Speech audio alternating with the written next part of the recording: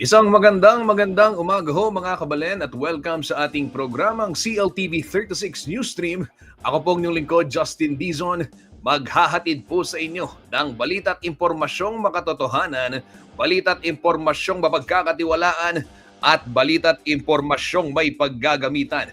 Ito po ang pangako ng CLTV 36 News and Current Affairs sa atin pong mahigit 1.8 million followers dito po sa Facebook dahil live po tayong napapanood mga kabalen sa ating social media page na Facebook at CLTV 36 Official and at CLTV 36 News. At live din ho ito sa ating YouTube channel at CLTV 36 Official, ganun din sa ating website. Yun hong lahat ng programa ng CLTV sa www.cltv36.tv/streaming. Yan, mapapanood po yan. At kung gusto mo namang tumutok ng mga programa dito ho sa rehiyon gitnang Luzon, sa ating 37 cable partners, mapapanood po mga programa ng CLTV 36. At syempre, Luzon, Visayas at Mindanao, napapanood din ho mga programa ng inyong CLTV 36 via Signal Channel 115 at syempre sa Air Cable Converge Channel 71 napapanood tayo dito ho sa Kalakhang, Pampanga sa Free TV Channel 36. Kaya naman kung hindi ka pa nakakapag-scan ng inyong digital TV box or TV sets, ito na yung pagkakataon para maging malinaw ang iyong pakikibalita dito ho sa mga kaganapan dito sa ating bayan. Mga balitang may paggagamitan. Gaya nga na itong papakita natin. Traffic situation muna tayo sa syudad ho ng San Fernando, Pampanga. Ngayong 10:17, araw ng Martes, July 15. Ito po yung real-time traffic situation via City Public Order and Safety Coordinating Office o CPOSCO.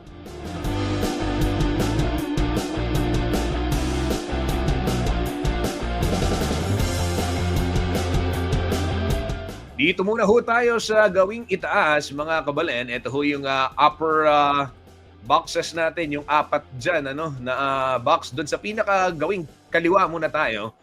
At ito ho yung sa may area ng Del Rosario. At sa mga oras na ito, maluwag ho ang sitwasyon ng trapiko dyan sa may Del Rosario area ng MacArthur Highway. Samantala dito ho sa may portion ng Sakop, dito sa may Diosdado Macapagal Regional Government Center ay bahagyang pagbabagal ng mga sasakyan dyan. Light to moderate traffic po ang aasahan dyan sa area ng Diosdado Macapagal Regional Government Center. At dito naman sa ganyan din sa San Isidro, nakikita ho natin ito yung rightmost box, upper box, yung may logo ng CLTV 36. Ayan. Light to moderate traffic ho sa sitwasyon na yan. Dyan, maluwag na pagdating dyan dahil nakalagpas na dyan yung mga, nalampasan na yung ginagawang portion po ng MacArthur Highway na target hong matapos sa buwan ng Setyembre. At dito naman tayo sa area ng Barosa. Dito ho sa may Dolores. Ayan, light traffic sa mga oras na ito, ganyan din sa may downtown at sa may area ho ng St. Jude, light traffic din. Kenny Sampaloc, Dolores, light traffic din sa mga oras na ito. At magiging dito ho sa may Svelapco area, dyan sa may downtown, light traffic.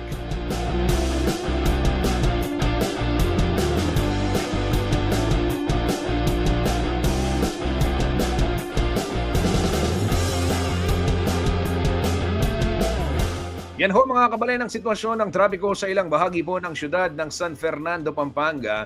At silipin naman natin yung traffic situation sa lalawigan ho ng Bataan para sa ating mga karehiyon na babiyahe patungong Bataan, Olongapo, Zambales at iba pang ibang mga bayan dyan sa west. Ito po ang traffic situation sa Bataan sa oras na ito via One Bataan. Ito po live din ito mga kabalen. Ayan, tingnan natin at paalala sa mga babiyahe. Yan, sa Rotary Balanga, maluwag hong sitwasyon. Ganyan din dito sa may area ho ng Central Balanga at Balanga areas lahat ito. Maluwag ho ang sitwasyon ng trapiko diyan sa syudad ng Balanga sa mga oras na ito. Paalala ho ng mga kinaukulan dyan sa lalawigan ho ng Bataan na sumunod sa itinakdang speed limit para ho maiwasan itong aberya sa kalsada o yung mga disgrasya kung tawagin. Ano? At kailangan ho, 80 lamang ang takbo ng mga pribadong sasakyan, 70 ho sa mga PUV, at 60 naman ho yung mga motorsiklo. At kung ikaw naman ay truck at van, 50 lamang ang iyong takbo, kaibigan, dyan sa lalawigan ng Bataan.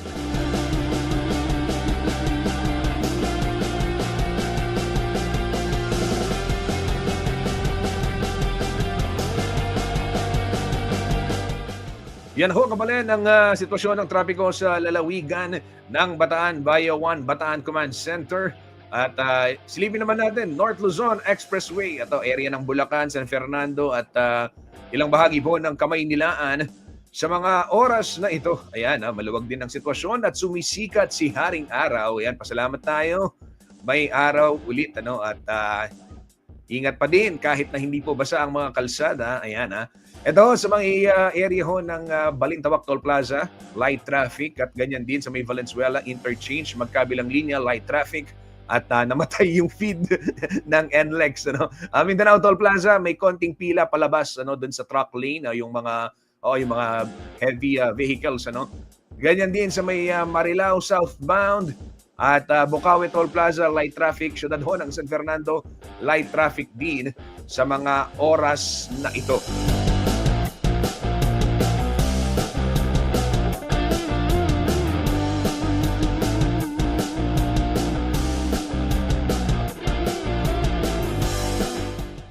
Yan ho, kabalen ang sitwasyon ng trapiko sa North Luzon Expressway at eto, medyo bumibigay lang yung feed ng NLEX.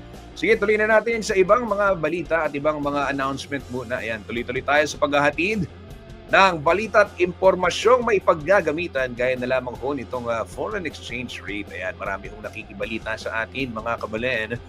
Laging sinusubaybayan, lalong-lalo na dito sa Central Luzon, napakarami hong mga kababayan natin, karehiyon natin na nakikipagsapalaran din sa ibang bansa at may mga pamilyang umaasa sa kanila hong mga padala, yung mga remittance ng ating mga bagong bayani na bumubuhay din ho sa ating ekonomiya.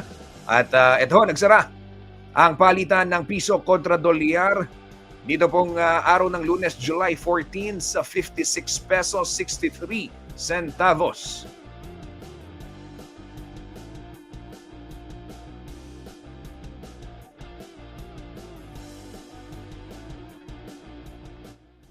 Ito hong Japanese yen is 38 centavos. Yung pound is 76 pesos 19 centavos.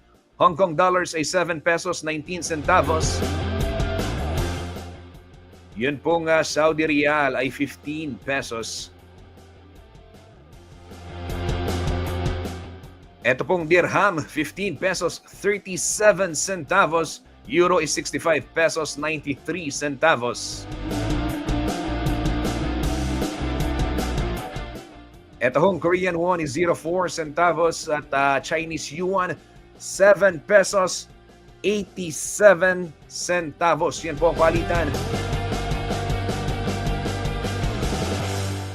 As of July 14, at manatili lang nakatutok dito sa ating page dahil mamayang gabi.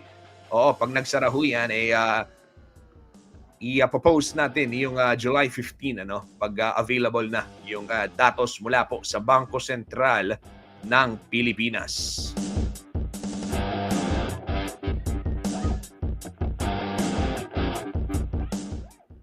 Ayan, pagbati muna sa mga masugid na tagapanood ng CLTV 36 Newsstream, lalong-lalo na ho sa mga kaibigan natin dyan sa Santo Domingo, Minalin, Pampanga, Koyang Joel Stephen Manalo, lagi hong nakatutok araw-araw.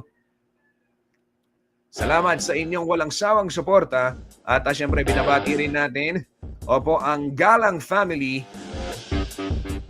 dyan ho sa may San Simon, Pampanga. Kamusta ko po? At karin ka na akong kakaluguran kaya San Nicolas, San Fernando, Pampanga. Yan, kamusta? Maya Paldo. Shout out po naman kareta pong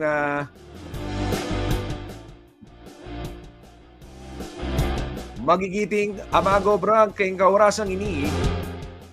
Ren pong mago bra king dalan na hindi nila napapanood dito pero binabati natin sila dahil alam natin pag ganitong mainit din yung panahon, sikat yung araw, mahirap yung kanilang ginagawa, ano. Ayan, at nagtuloy tayo sa Forex. Alamin muna natin, nabanggit natin yung sikat ng araw. Alamin muna natin ano yung magiging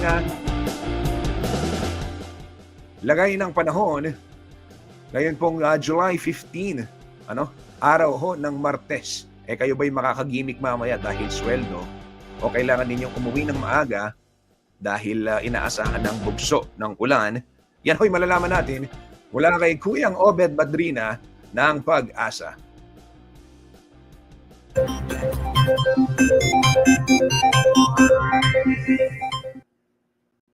Magandang umaga po at live mula dito sa Pag-asa Weather Forecasting Center. Narito nang lagay ng ating panahon ngayong araw nga ng Martes, July 15, 2025. At unahin muna po natin yung ating inilabas sa mga thunderstorm advisories, particular na nga dito sa may NCR, National Capital Region at mga karatig na rehiyon ng Southern Luzon at Central Luzon. So as of 3:45 AM nga po, no, may nilabas tayong thunderstorm advisory. Makararanas po ng mga pag-ulan, pag-init at pagkulog, particular sa Zambales, Bataan, Cavite at kasama yung Metro Manila na maaaring magtagal ng 1 hanggang 2 oras. So bandang alas 6 na umaga po ay ina-expect natin na mawawala na itong mga thunderstorms na nararanasan sa may bahagi ng Bataan, Zambales, Cavite at Metro Manila. Muli po, no, inaanyayahan namin kayo na bisitahin itong panahon.gov.ph kung saan nga inilalabas natin yung mga thunderstorm advisories, mga rainfall information sa iba't ibang regional offices ng Pag-asa sa buong bansa. At sa ating latest satellite images naman, makikita natin ang patuloy na epekto ng southwest monsoon o habagat, partikular na sa malaking bahagi ng ating bansa. Inaasahan pa rin natin ngayong araw malaking tsansa ng maulap na kalangitan na may mga pag-ulan sa malaking bahagi ng Kabisayaan at ng Mindanao at gayon din sa may bahagi ng Mimaropa. Makikita po natin dito naman sa may area ng Luzon, no, walang masyadong kaulapan na makikita po, no. So generally fair weather sa malaking bahagi ng Luzon, yung Northern Luzon, Central Luzon kasama yung Metro Manila at lalabing bahagi ng Southern Luzon. Samantala, makikita din natin na meron pong bagyo sa labas ng Philippine Area of Responsibility, mahigit almost 2,000 kilometers po ito east-northeast na extreme Northern Luzon. Hindi naman ito inasang papasok ng Philippine Area of Responsibility at papalayo na to sa ating bansa. Ang minomonitor po natin ay meron pong mga cloud cluster o kumpol ng kaulapan dito sa may silangang bahagi ng Visayas at Mindanao. At posible po ngayong araw o bukas ay may mabuong low pressure area. So i-monitor po natin yan at tumutok po sa mga latest update ng Pag-asa. At inaasahan nga natin kung mabuo man yung low pressure area, may potential din to na maging bagyo sa mga susunod na araw. At magdadala ng pag-ulan kasama yung habagat, yung epekto ng habagat sa malaking bahagi ng Luzon, ng Visayas at gayon din dito sa ilang bahagi ng Mindanao.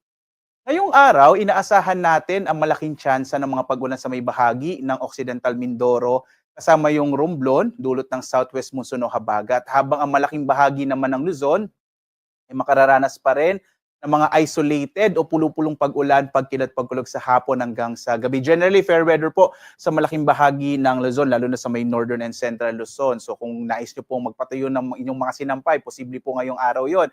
Maliban na lamang sa mga thunderstorms sa hapon hanggang sa gabi. Agwat na temperatura sa Lawag, 25 to 32 degrees Celsius. Sa Tuguegarao, 26 to 34 degrees Celsius. Sa Baguio naman, 17 to 24 degrees Celsius. Habang sa Metro Manila, 26 to 31 degrees Celsius. Sa Tagaytay, 23 to 30 degrees Celsius, habang sa Legazpi ay 27 to 32 degrees Celsius.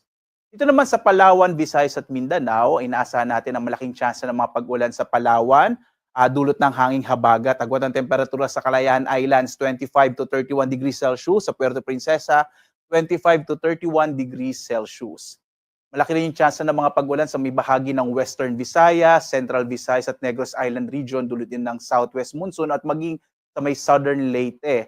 Agwat ang temperatura naman natin dito sa may bahagi ng Iloilo ay 25 to 32 degrees Celsius. Sa Metro Cebu naman 26 to 31 degrees Celsius. Habang mga isolated rains naman ang mararanasan sa nalabing bahagi ng Eastern Visayas at ang agwat ng temperatura sa Tacloban ay nasa 26 to 32 degrees Celsius. Sa bahagi naman po ng Mindanao, malaking bahagi ng Mindanao ay makararanas sa mga pag-ulan dulot ng hanging habagat, partikular na yung Zamboanga Peninsula, Northern Mindanao, Caraga at Davao Region, habang ang nalalabing bahagi ng Mindanao, yung Barm at Soxargen, ay makararanas sa mga isolated o pulupulong pag-ulan, pagkinat, pagkulog dulot ng mga thunderstorms. Agwat ng temperatura sa Zamboanga ay 24 to 32 degrees Celsius, sa Cagayan de Oro naman 23 to 31 degrees Celsius, habang sa Davao ay 25 to 32 degrees Celsius.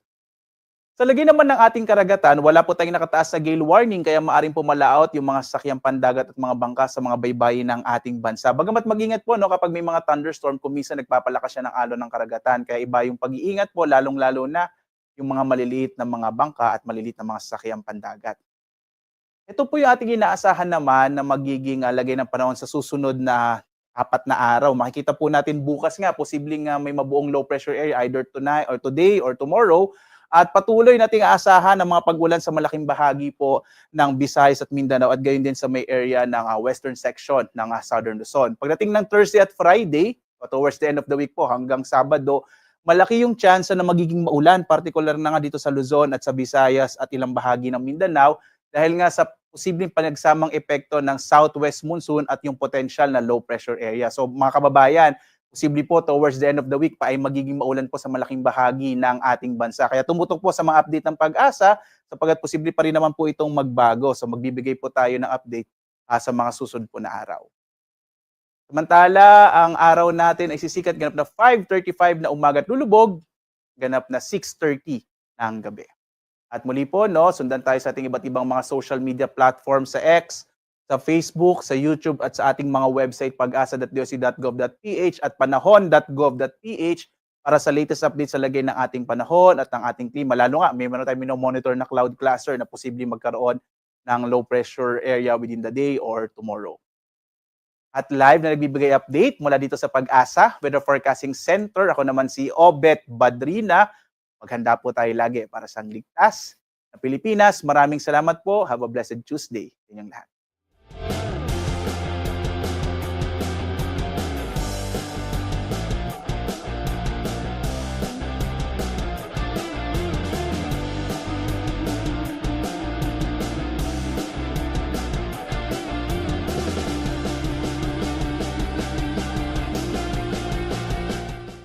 Maraming salamat Kuyang Obet Badrina ng DOST Pag-asa para sa ulat panahon.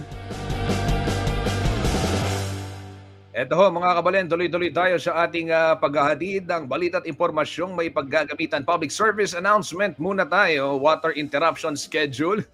Inaasahan po yan mamayang 1 p.m. hanggang 4:30 p.m. Diyan ho sa may Santa Cruz, Lubao, Pampanga, magsasagawa ho ng flushing activity itong Prime Water.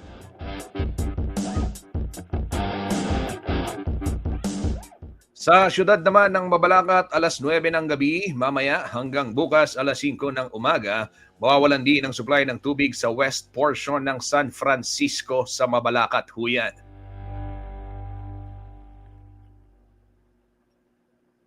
Ito naman, mga kabalen, brown out tayo. Eto ho, at hanggang alas 4 ngayong araw, wala hong kuryente dyan sa Barangay San Vicente at Kabambangan. Public market nearby areas at West Ramo, dyan ho sa bayan ng Bacolor. Ken pong Bacolod, San Vicente ang pong Kabambangan hanggang pong alas 4, ini pong brown out. Makanyan mo naman, kini pong Santa Barbara ang pong Kabambangan Road, McKinley Road, mag-impisa po ang stoplight ang Gana Pure Gold. At hanggang po alas 4, alam mo naman kuryente kabalan dyan, kini pong Aldon, kini pong Kunanan Concrete, ang Gana po ang Mason Lodge, At makanyan mo naman, Santa Barbara. Alam mo naman kuryente hanggang alas 4. At ini naman ang gayang 2 p.m. Bukas naman ini sa Lubao, Pampanga naman ito. 8 a.m. hanggang pong 12 noon. Aldo na po ning Miyerkules, July 16. Barangay Baruya, Prado Saba, Prado Sionco, and Lourdes. Okay, wala hong kuryente bukas dyan sa Lubao, Pampanga, 8 a.m. to 12 noon. Ganyan din, apektado rin yung Barangay San Isidro, San Roque Arbol, Kalangain, ang Popuing Santa Teresa II. Apektado rin ang naturang power interruption hanggang 5 p.m. bukas 8 to 5. Pati nga po niya po, Barangay Santiago pong Santa Cruz, Ketipuking Sitio, Palkarangan, Lubao, Pampanga. Alam mo naman po, kuryente Kabalen. Affected din ng nasabing power supply interruption. Ito pong Barangay Balantakan. Ang po pong Lourdes. Ayan Pakanya mo naman King Barangay Anon, Florida Blanca hanggang 5 p.m. Sitio Culabasa only. Ayan mga kabalen 8 to 5 tomorrow. Diyan ho sa may Florida Blanca, Sitio Culabasa, Barangay Anon. Yan ho ang mga latest public service announcement na kinalap ho ng CLTV 36 News Team para ho magabayan yung ating mga kababayan. Magpapatalastas lang tayo sa ating pagbabalik, mga balitang dapat ninyong malaman ngayon pong araw ng Martes, July 15, 2025. Huwag ho kayong aalis at magbabalik po ang CLTV 36 News 3.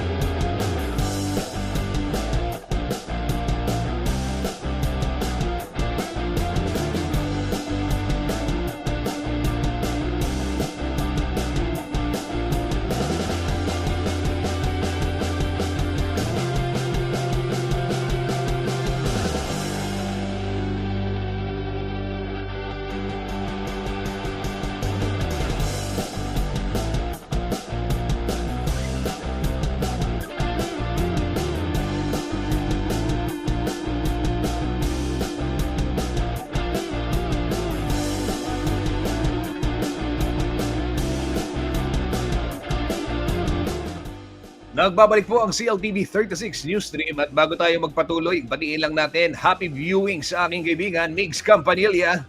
Nakatutok at tinatanong ko, kinukulit ko at kinukulit din ako at may anunsyo. Meron daw gravel race sa August 10 sa Clark. O yan, yung mga tropa nating bikers sa Clark, ayan.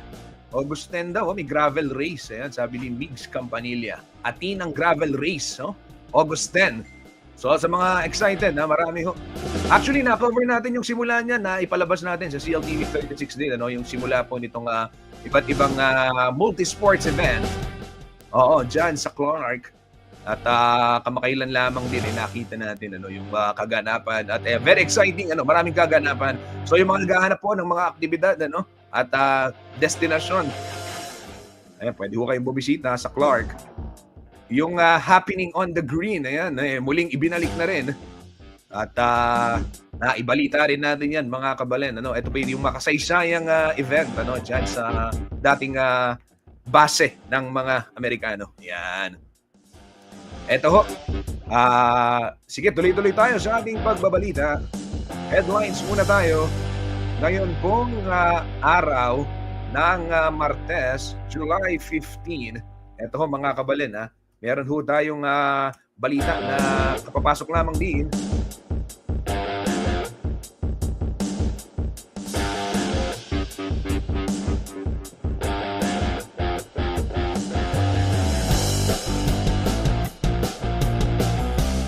Ito ho mga kabalen, pinag-iingat ng National Disaster Risk Reduction and Management Council o NDRRMC ang publiko kaugnay ho ng posibleng pagbagsak ng debris mula sa Long March 7 rocket ng China na nakatakda pong i-launch mula sa Hainan, China, ngayon pong Martes, July 15 hanggang Huwebes, July 17.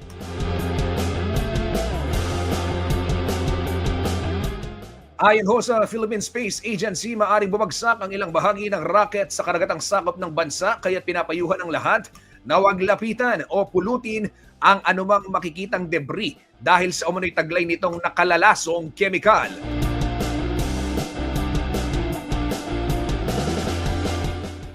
Inirekomenda naman ho ang paggamit ng Personal Protective Equipment o PPE kung kinakailangang lumapit dito. Inabisuhan din ang mga mangingisda at local authority na agad iulat ang anumang kahina-hinalang bagay sa dagat o kalupaan.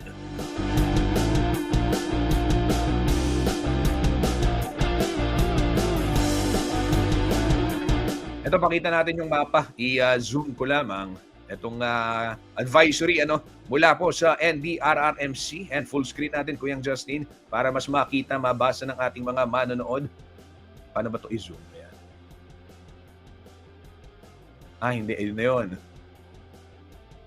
So, hindi ko siya pwedeng i-zoom. Ayan. Anyway, eto, nakapost na ito sa Facebook page ng CLTV 36. I-share ko din para sa ating mga viewers yung link. Ito, ililink ko na lang sa ating live streaming.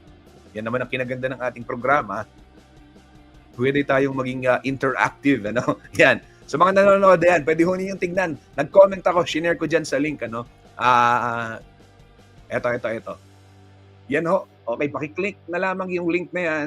At para makita din ninyo, itong fina-flash ko, kung gusto nyo i-save yung image, ito ho, sa may Occidental Mindoro area, Busuanga, Palawan area, ito yung nakalagay yung drop zone.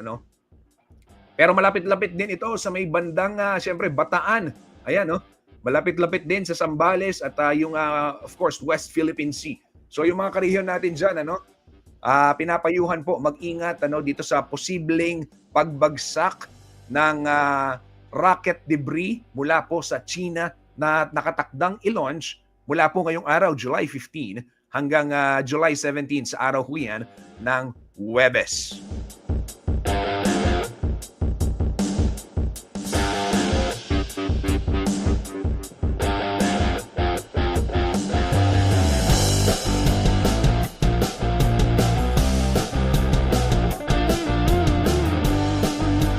Naman ho mga kabalen, talagang malapit na itong ika-4 na State of the Nation address ni Pangulong Ferdinand Marcos Jr. Gaganapin ho yan, siyempre sa darating na July 28, araw ho yan ng Lunes o yung huling Lunes ng buwan ng Hulyo. At kaugnay ho ng balitang yan mga kabalen, ay ito tuloy-tuloy na ho yung paghahanda ng Police Regional Office 3 para po sa 4th State of the Nation address nga ni PBBM sa July 28. At bilang bahagi ng Task Force Manila Shield, inactivate po ng Police Regional Office 3 o ng PRO 3 ang Sub-Task Group Central Luzon at nagtalaga ng kabuang 2,700 na pulis mula po sa iba't ibang lalawigan dito sa ating rehiyon. Layunin ho ng mas pinalakas na puwersa na tiyaking maayos, ligtas at mapayapa ang pagdaraos ng SONA sa batasang pambansa, lalo na't inaasahan ang pagdagsa ng mga tao, kabilang na ho yung mga grupong magsasagawa ng kilos protesta.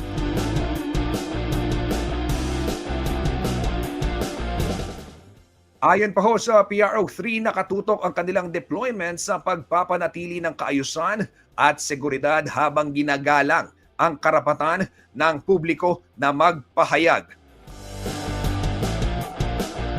Tiniyak din ho ng pamunuan na ang mga pulis ay sinanay upang kumilos ng mahinahon, may disiplina at paggalang ho sa karapatang pantao. Umapila naman ho itong PRO3 sa publiko na makiisa at sumunod sa mga alituntunin at manatiling mapagmatsyag. Mahalaga raw na mapanatili ang kaayusan hindi lamang sa mismong araw ng SONA kundi bago at pagkatapos ng kaganapan bilang bahagi ng pangangalaga sa demokrasya at katahimikan ng ating bansa.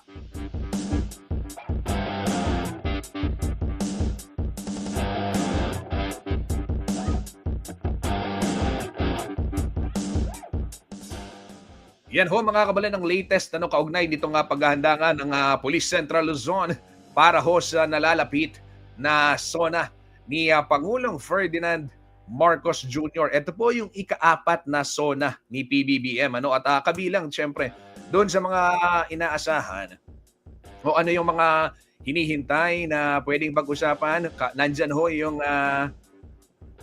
eto na yung human trafficking issues, yung usapin sa human trafficking, usapin sa inflation, nariyan din.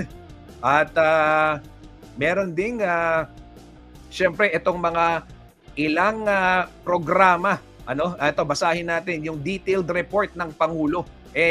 Pinaghahandaan na at actually matagal nang pinaghandaan ayon ho sa anunsyo nitong Philippine News Agency at ng Palasyo ng Malacanang.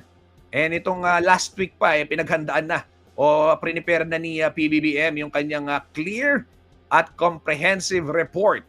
Okay? So last week ito, nakatakdaan niyang ihatid ito sa taong bayan, i-deliver, ipahayag sa darating pong July 28 sa Batasang Pambansa. Ito po yung midway na kasi ng kanyang termino at layuning i-reaffirm yung mga polisiya, kabilang na sa ekonomiya, nakapatungkol din sa infrastruktura, agrikultura, digitalization at national security. At kabilang ho dun sa mga ginagawang paghahanda naman ng kapulisan at ng ating pamahalaan, syempre yung security at yung response response personnel yan nasa 27,000 daw yung inay nila sa buo yan, sa buo. So yung binanggit natin kanina 2,700 manggagaling ho yan dito sa ating rehiyon, gitnang Luzon.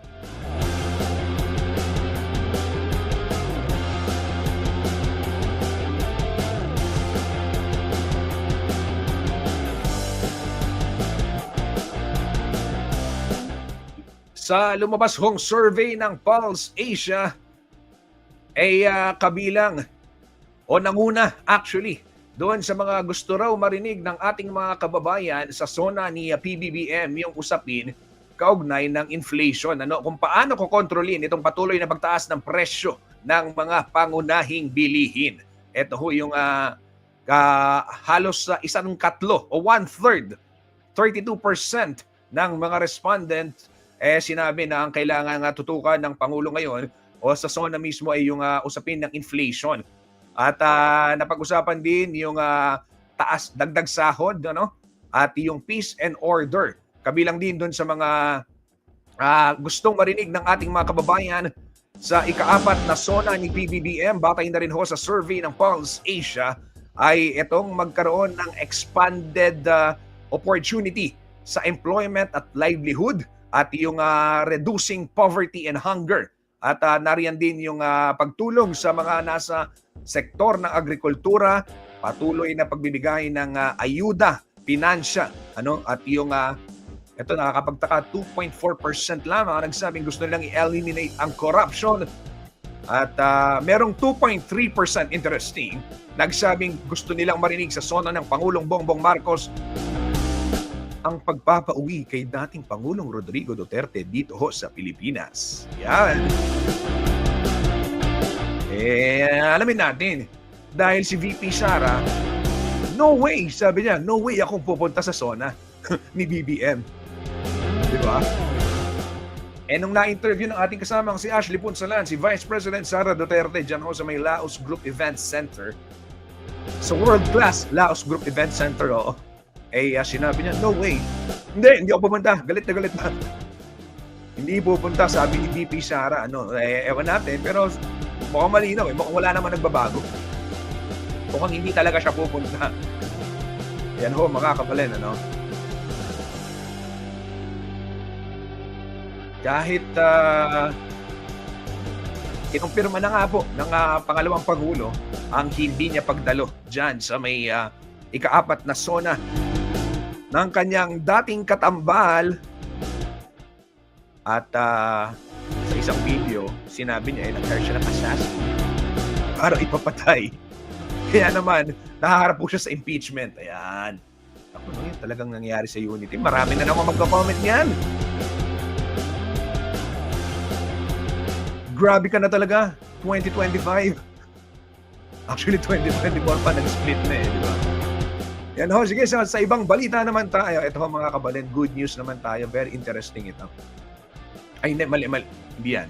O yan.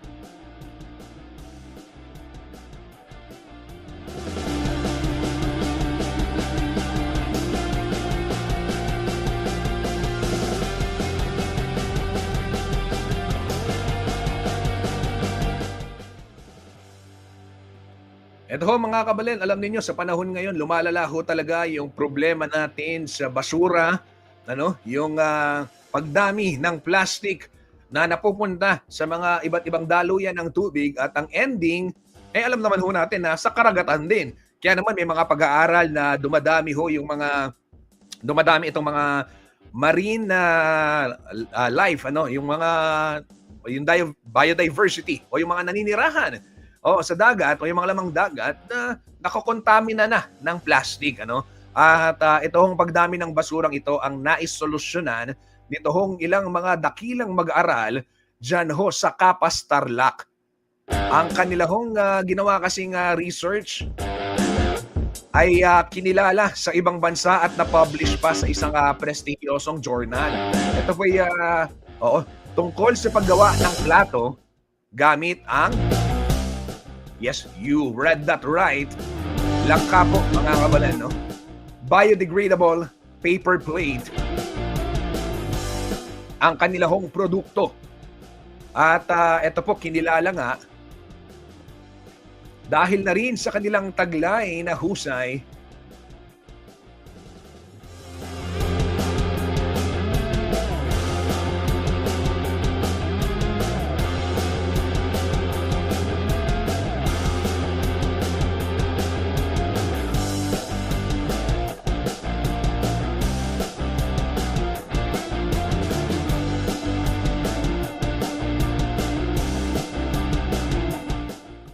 ito ho mga kabalin, kinilala ho mga senior high school students ng Asian Pacific Christian School Incorporated o APCSI sa Capas, Tarlac matapos po nilang gawing plato, eco-friendly at biodegradable na plates. Ito hong jackfruit seeds o yung buto ng langka. At ito ho ayon na rin sa masayang balita ng Capas Information Office, ito pong research ng mga magigiting at mahuhusay na mag-aaral ng Capas, Tarlac ay na-publish dyan sa International Journal for Research in Applied Science and Engineering Technology. Ay isa ho yung prestihiyosong journal sa larangan ho ng akademiko. The study shows that the plates o itong mga plato daw ay matitibay at kayang ma-decompose naturally sa loob lamang ng 3 linggo. Abay, napaka-promising kong solusyon yan sa lumalalang problema sa plastic waste.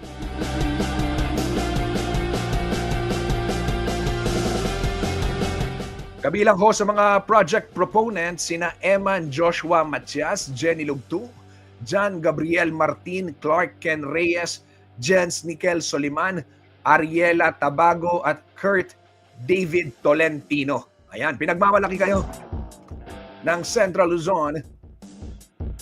Pinagmamalaki kayo ng bayan ng Capas. At sila po ay minentor ng kanilang mga guro na sina Miss V. Brisa Guarin, ang research advisor, si Miss Heidi Gail Basco, statistician, at si Miss Kate Basco, ang kanilang pong research teacher. At ipinapaabot ng local government ng Capas ang kanilang pagsaludo sa natatanging kontribusyon nitong mga mag-aaral ng APCSI.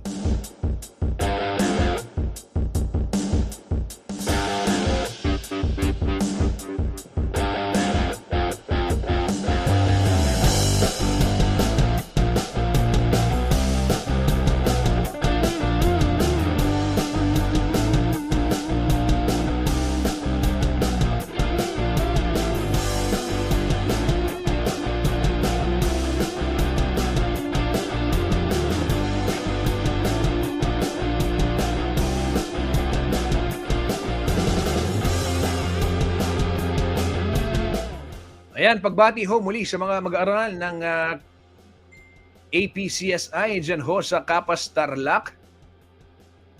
At siyempre mga kabalen, ano, ay ipinagmamalaki natin yung kanilang angking husay at isang magandang discovery ito. Ano, sana sa mga darating na araw makapanayam din natin itong mga students. Imbitahan po natin sila upang maging inspirasyon din sa iba nating mga kabataan. Ano? At napakaganda no, kanilang naisip. Napaka-makabuluhan. At syempre pagbati sa mga guro na patuloy na gumagabay sa mga kabataan, sa mga mag-aaral. Mahalagang talakayin itong mga ganitong usapin, ano, yung climate change at yung syempre yung waste reduction na nananatili pong problema.